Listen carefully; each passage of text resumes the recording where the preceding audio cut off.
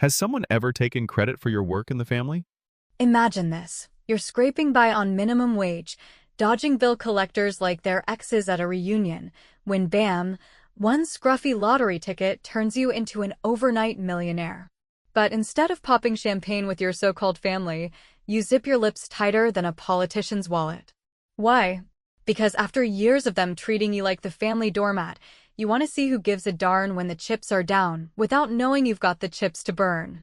I did just that, and let me tell you the fallout? It's got more twists than a bad blind date, leaving you wondering if blood really is thicker than greed. Stick around, because by the end, you'll question everyone in your own life. I never thought a crumpled ticket from the corner gas station would rewrite my entire life, but there I was, staring at the numbers on my phone screen in the dim light of my cramped kitchen, heart pounding like I'd chugged a pot of coffee. 45 years old, divorced, raising my teenage daughter Emily on waitress tips in this sleepy Ohio town, and suddenly, $10 million was mine from the state lottery. No fanfare, no news crews, just me, alone with the biggest secret of my life. Part of me wanted to scream it from the rooftops, maybe buy Mom that dream kitchen remodel she'd whined about for years, but another part, the one scarred from too many Thanksgivings where my siblings treated me like an afterthought, whispered to stay quiet. Test them, it said. See who shows up when you need help, not handouts. So I cashed the ticket quietly through a lawyer, stashed the bulk in investments, and kept my mouth shut, even from Emily, who was off at college and already buried in student loans. It felt sneaky, almost wrong, like I was setting a trap for the people who'd shared my blood, but after years of scraping by while they floated along, I needed proof that at least one cared enough to show up without the lure of easy money. The first call went to my brother, Mike, the golden boy who'd always landed on his feet, sales job in Cleveland, big house, the works, while I'd been the one bailing him out of bar tabs back in our 20s. I cooked up a story about my car breaking down for good, Emily's tuition due, and me facing eviction if I couldn't scrape together $2,000 by week's end. Mike, I'm in a real bind here, I said, voice cracking just enough to sound desperate without overdoing it. He hemmed and hawed, muttering about his own mortgage payments and how times were tough since the layoffs hit his firm. Sorry, sis, I wish I could, but you know how it is, gotta look out for my own family first. Click. No follow-up text, no nothing. It stung, but I laughed it off to myself, thinking, well, at least he's consistent, that self-centered lug. Still, it planted a seed of doubt. Was I being too harsh, too proud to just spill the beans and watch the love come flooding in? Or was this the first crack in the facade, showing me what I'd suspected all along? I poured myself a glass of cheap wine that night, staring out at the neighbor's porch light, wondering if I'd made a mistake by not just celebrating with someone, anyone, instead of turning my windfall into this lonely experiment. Next up was my sister, Lisa, the one who'd always played the victim card, with her endless tales of bad boyfriends and retail woes. I waited a day, letting the silence build, then hit her with the same plea, adding a dash of drama about Emily possibly dropping out. Lisa gasped, promised to wire what she could by morning, but when the hours ticked by and my bank app stayed empty, I checked her social media. There she was, posting about a girls' night out at some fancy wine bar, all giggles and selfies. No money, no callback. I felt that familiar burn in my chest, the kind that makes you wonder if family's just a polite word for obligation. But I pushed it down, deciding to widen the net to our cousin, Tom, the quiet type who'd shared childhood summers fishing at the lake, always the one to share his last sandwich. He seemed like the safe bet, the one who might pass without me having to second-guess every motive. Calling him felt like reaching for a handhold on a slippery slope, but the rejections were piling up, making my resolve waver. Was I really going to keep this up, risking real hurt just to confirm what my gut already knew? Tom picked up on the second ring, his voice warm like old times. Sarah? What's going on? I laid it out, tears faking themselves this time because the rejection was piling up. He paused, then said he'd drive down that weekend with whatever cash he could pull together, no questions, just help. Hope flickered, but then Mike texted out of the blue, asking if I was okay, casually mentioning he'd heard about some big lottery winner in the news and wondering if I knew anything. My blood ran cold. Had word leaked? Or was he fishing? I deleted the message, heart racing, as I stared at the clock. Who else to call next? And what if this test blew up in my face before anyone even showed? The uncertainty settled over me like a heavy blanket, mixing with the thrill of the secret wealth I'd tucked away, making every shadow in the house feel like it was watching, waiting for the next move. For my mini revenge on Mike, I couldn't resist a little jab. I forwarded him a fake eviction notice from my landlord, with a note saying thanks for nothing, and watched from afar as he squirmed, calling back in a panic only to get my voicemail. It felt good, that tiny zap of payback, but it only sharpened my resolve for what came next, even as I lay awake, questioning if my pride was worth the growing isolation. Waking up to another empty inbox from Lisa felt like swallowing a mouthful of broken promises mixed with yesterday's cold coffee, the kind that leaves a bitter aftertaste lingering long after you've forced it down. But I shook off the disappointment with a splash of water on my face and a mental reminder that this whole silent millionaire experiment was designed to uncover the truths I'd been dodging for years,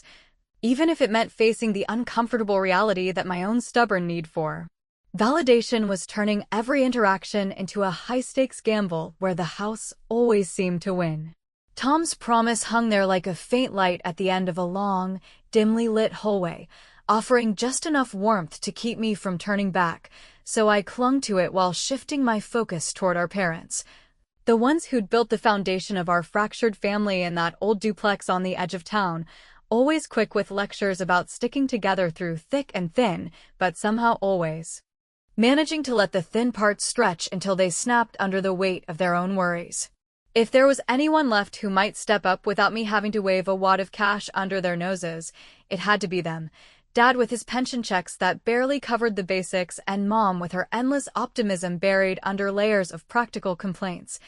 Yet deep in my gut I knew that dragging them into this web of deception was painting me in shades of gray that even I didn't like, making choices that isolated me further when what I really craved was the simple relief of sharing the burden with someone who wouldn't weigh it against their own ledger. You listening out there might be shaking your head already, wondering why I didn't just pick up the phone and say it outright. Let the money do the talking for once instead of playing puppeteer with everyone's emotions.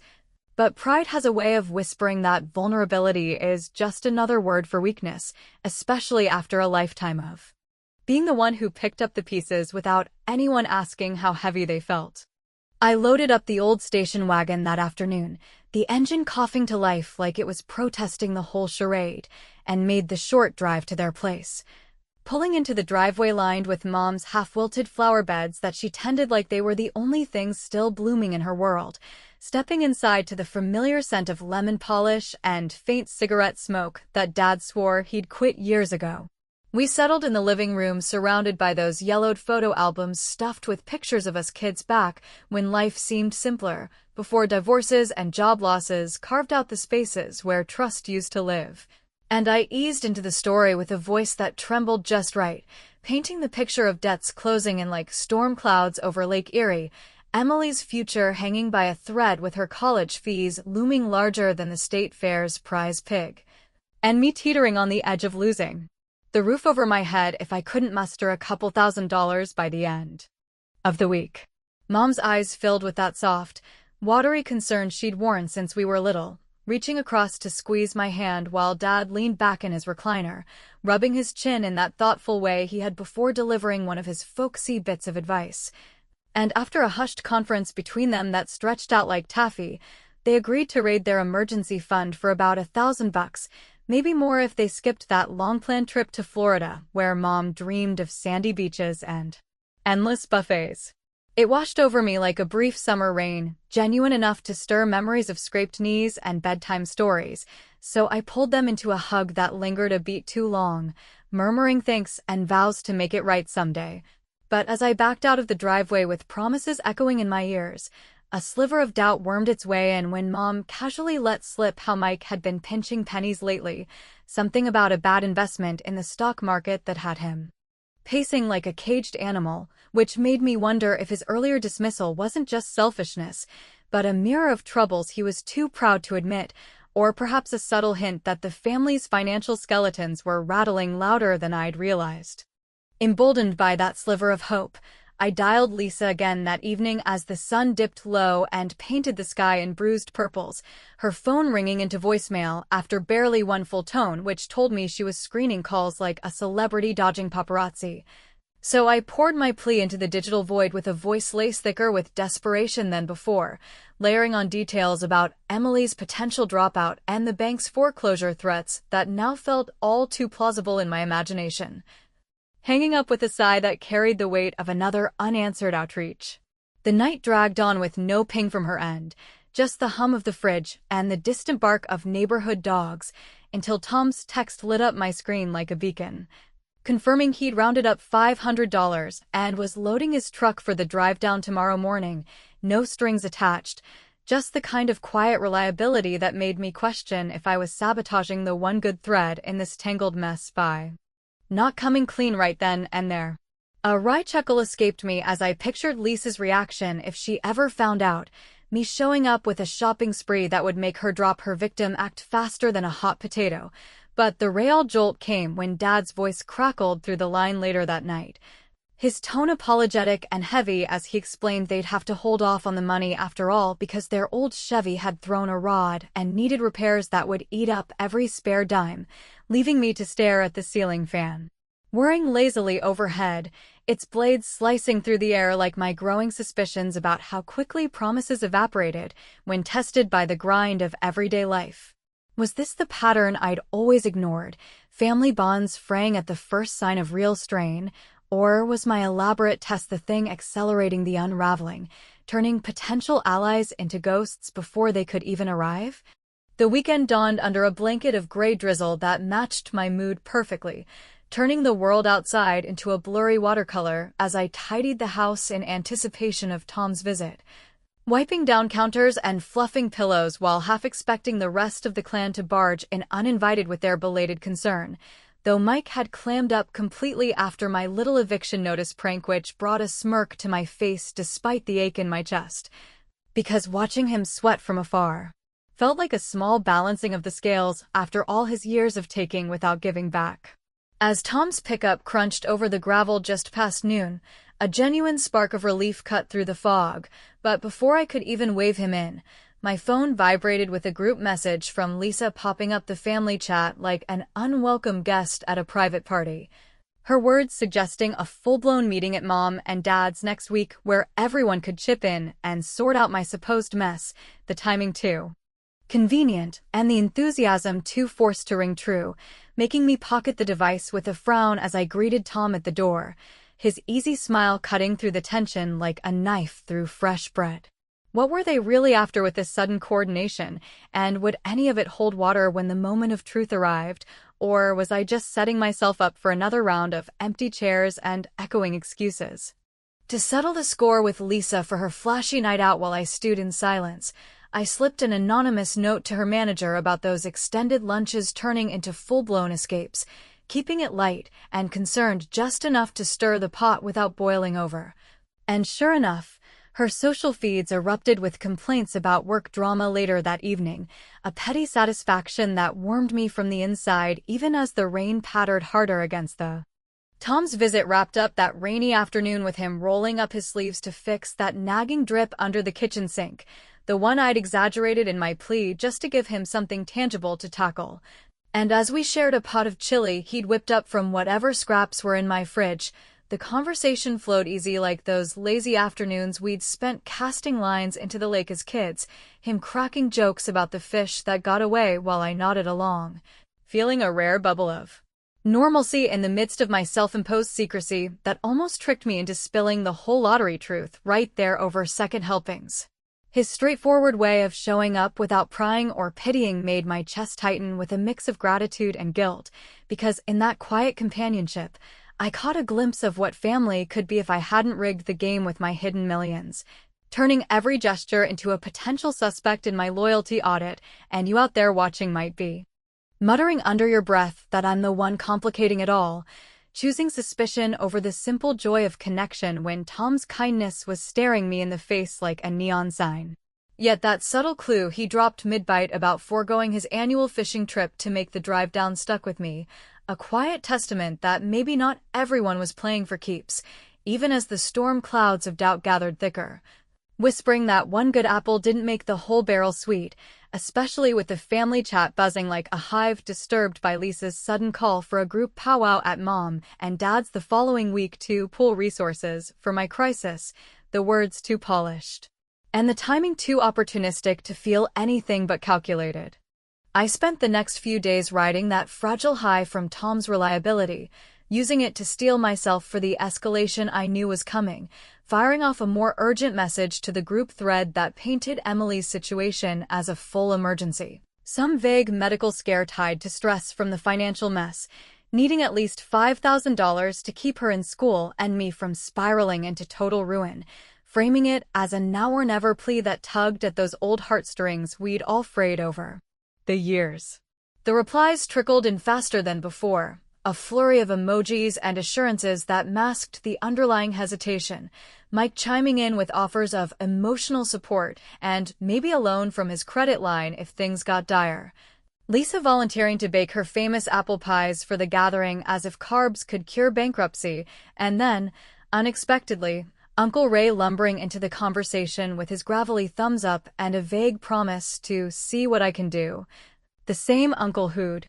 treated family events like an all-you-can-eat buffet for his ego, borrowing my late dad's tools last summer and returning them rusted like they'd been through a war. It stirred a cautious optimism in me, the kind that had me double-checking my bank balance, not the secret ones swelling with investments, but the everyday account scraping bottom, to remind myself this was all theater. Yet the growing conflict inside gnawed at my choices, making me question if I was the villain here for orchestrating this emotional minefield instead of just announcing the windfall and watching the real colors show without the smoke and mirrors. The day of the family meeting arrived with the crisp edge of early fall in the air, leaves crunching under my tires as I pulled into Mom and Dad's driveway. The house decked out in its usual Sunday best with the flag waving lazily and the scent of pot roast wafting from the open windows like a siren's call to gather round the table for what used to be comfort, but now felt like an interrogation room. I got there early to help set the table, my hands shaking slightly as I folded napkins into those fancy shapes Mom loved, buying time to rehearse my pitch while the uncertainty coiled in my stomach like a spring ready to snap. Every car pulling up, ramping the tension higher. Mike arrived first with his wife Karen in tow, all broad smiles and bear hugs that landed a bit too hard, launching straight into a monologue about his financial advisor's latest hot tip on some tech stock that promised to turn water into wine. The casual drop about quick flips for big gains hitting like a clue that his own pockets were lighter than he let on, explaining perhaps why my initial call had bounced off him like a rubber check. Lisa swept in next, 15 minutes late as always, arms overflowing with those promised pies from the store bakery, nothing homemade, of course, her chatter filling the room with tales of her latest disastrous date, treating my desperation like background noise to her personal drama queen routine that made me bite my tongue to keep from calling her out right then. Uncle Ray brought up the rear, his pickup truck belching exhaust as he parked crooked across two spots, shuffling inside with that perpetual scowl etched deeper than the Grand Canyon, grumbling about skyrocketing gas prices while making a beeline for the fridge to snag a beer before anyone could offer, his presence sucking the air out of the room like a bad omen. Dad kicked things off with a quick grace over the meal, Mom passing steaming plates around the scarred oak table that had hosted 1,000 arguments and reconciliations, and as the food hit our plates, I cleared my throat and laid it all out again. Voice steady but laced with the plea of someone truly at the end of her rope, debts crushing me like an avalanche, Emily's health hanging in the balance, and a desperate need for everyone to step up just this once. No judgments, no tallies, just family having each other's backs like we'd sworn to do since we were kids trading comic books under the covers. Nods rippled around the table, murmurs of agreement and promises to make it work together, a collective illusion of unity that almost fooled me until I pulled out the old coffee can as a makeshift collection for immediate contributions, passing it hand to hand like a hat at church. Mike fished out a measly $20 bill with a sheepish grin about cash flow issues. Lisa crumpled a 10 into the mix while averting her eyes. Uncle Ray stared blankly and muttered about his pension being tied up in medical bills from his latest minor procedure, and even Mom and Dad hesitated before adding a few 50s they'd clearly earmarked for something else, their contributions feeling more like tokens than lifelines. The real twist slithered in during dessert when Uncle Ray pulled me aside into the cluttered garage, the air thick with the smell of oil and regret, his breath hot and beery as he leaned in close and whispered that he'd caught wind of some easy money rumors swirling around town, maybe from that lottery buzz, and if my troubles were that bad, perhaps I could spot him a few grand to cover his poker losses that were piling up faster than autumn leaves, his eyes gleaming with that greedy glint. That turned my stomach and confirmed every suspicion I'd harbored about the vultures circling. It was so brazen, so nakedly self-serving, that a bitter laugh bubbled up in my throat, imagining the irony of him begging a secret millionaire for scraps while I'd been testing the waters of their souls, but it amplified the internal storm, making me wrestle with the dilemma of whether to laugh it off or let the mask slip just enough to watch him squirm, all while Mom hovered in the doorway trying to smooth things over with talk of their nest egg being a bit shy these days. By the time plates were cleared and hugs exchanged, hollow ones that echoed with unspoken calculations, the can barely jingled with enough for a tank of gas, and as the crew dispersed into the twilight with vows to follow up soon, only Tom hung back in the driveway, offering to stick around and hash out a plan over coffee, his steady gaze cutting through the farce like a lighthouse in fog, leaving me to drive home alone with the weight of half-hearted support pressing down, fuming at how my test was exposing fractures I'd pretended didn't exist, pushing me deeper into isolation when reaching out raw might have mended something real. For a sharp little payback on Uncle Ray's bold-faced nerve, I accidentally CC'd his gambling app receipts onto the family email loop under the guise of sharing concern for his finances, framing it as a way-up call that sparked a flurry of worried replies and his defensive bluster lighting up the thread. A clever sting that satisfied the itch for justice without drawing blood, but as Tom's headlights faded into the night, my phone lit up with a private text from an unexpected source vowing to show up solo the next day, no fanfare, just action. What hidden card were they about to play, and would it finally tip the scales or shatter the illusion entirely?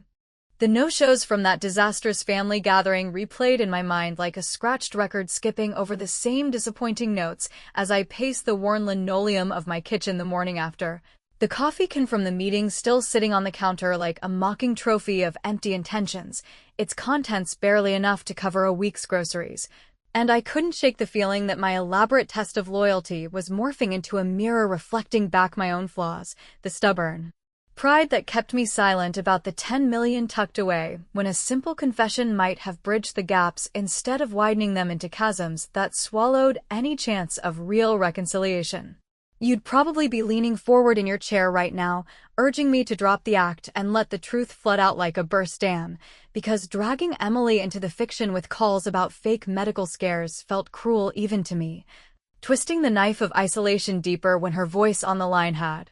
cracked with genuine worry, promising to catch a bus home despite her packed schedule, but I doubled down anyway, telling myself this was necessary to expose the rot before it spread further, even as the subtle clues kept piling up like unpaid bills. Lisa's fresh posts of shiny accessories that screamed impulse buys, Mike's evasive emails about investment opportunities that hinted at his desperation masking as advice, making paranoia my constant companion in this game I'd rigged to lose.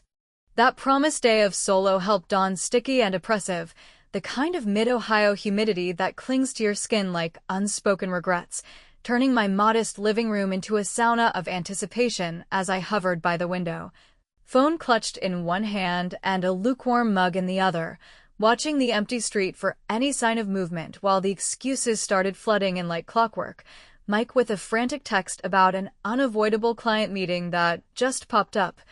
Lisa claiming a sudden migraine that laid her out flat, Mom and Dad murmuring apologies over a joint call about a forgotten doctor's appointment for Dad's nagging back that conveniently coincided with my deadline, and Uncle Ray vanishing into radio silence altogether, probably licking his wounds from the email fiasco I'd unleashed on his gambling habits, which had the family buzzing with feigned concern. Each cancellation landed like a punch to the gut, building this suffocating layer of uncertainty that had me second-guessing every step, the internal conflict raging as I debated calling the whole thing off right there, wiring Emily real money from my secret stash to ease her mind, and admitting to myself that testing love like this was poisoning the well for good. But the lure of final proof kept me rooted, even as the hours stretched thin and the sun climbed higher, casting long shadows that danced mockingly across the walls. Then, just past noon, the doorbell chimed sharp and unexpected, jolting me from my vigil to find Lisa standing on the porch, her eyes red-rimmed and puffy, like she'd been crying for real this time.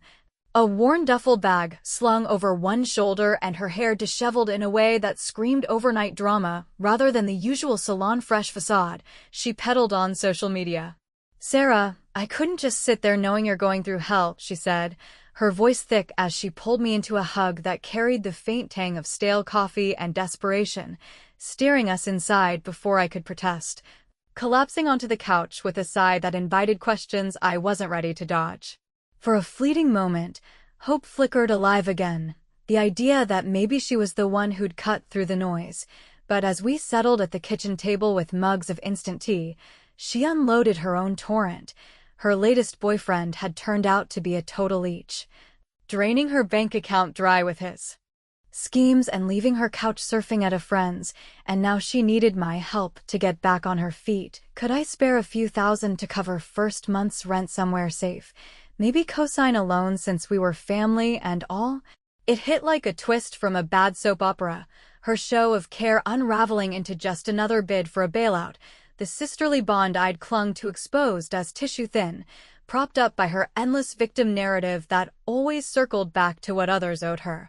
turning my test on its head and forcing a dilemma sharper than a kitchen knife. Call her bluff now and risk blowing the entire operation, or play along long enough to see if this was the bottom of the barrel or just another layer of the onion. Making my eyes water, I nodded along sympathetically, murmuring the right encouragements while my mind whirled with the escalating conflict, the air between us thickening with unspoken calculations as Emily's bus pulled up outside and she burst through the door,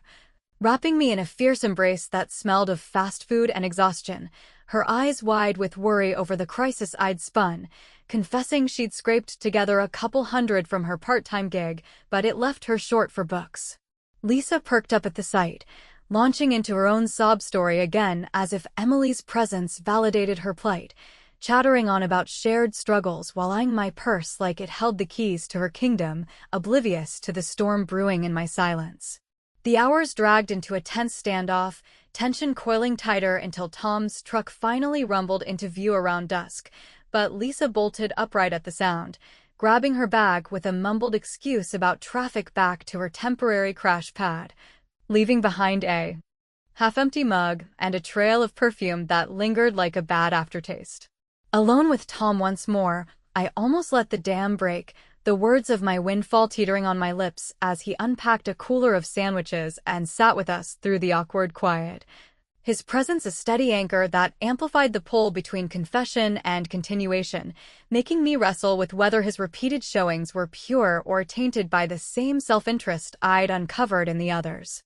To even the odds with Lisa's opportunistic drop-in, I wove her emergency tale into the neighborhood gossip mill through a casual chat with our old busybody neighbor, phrasing it as worry over her well-being that snowballed into a wave of prying questions and judgmental side-eyes at the next block party she dared attend. A hands-off revenge that was all the sweeter for its anonymity and the way her frantic denials lit up the local Facebook group later that night. It quelled the immediate fire in my veins, but as Tom lingered into the evening, helping Emily sort through her bills with a patience that bordered on paternal, he leaned in close during a quiet moment and murmured a bombshell about a family secret he'd been carrying for years, one that tied back to the lottery rumors in a way that froze me in place. Was his unwavering loyalty the real deal? Or did it hide shadows I'd never suspected? Tom's murmured bombshell hung in the dim glow of my kitchen lamp like a thunderclap in slow motion. His words about overhearing Mike blabbing on the phone weeks ago, piecing together the lottery whispers with my sudden crisis tales.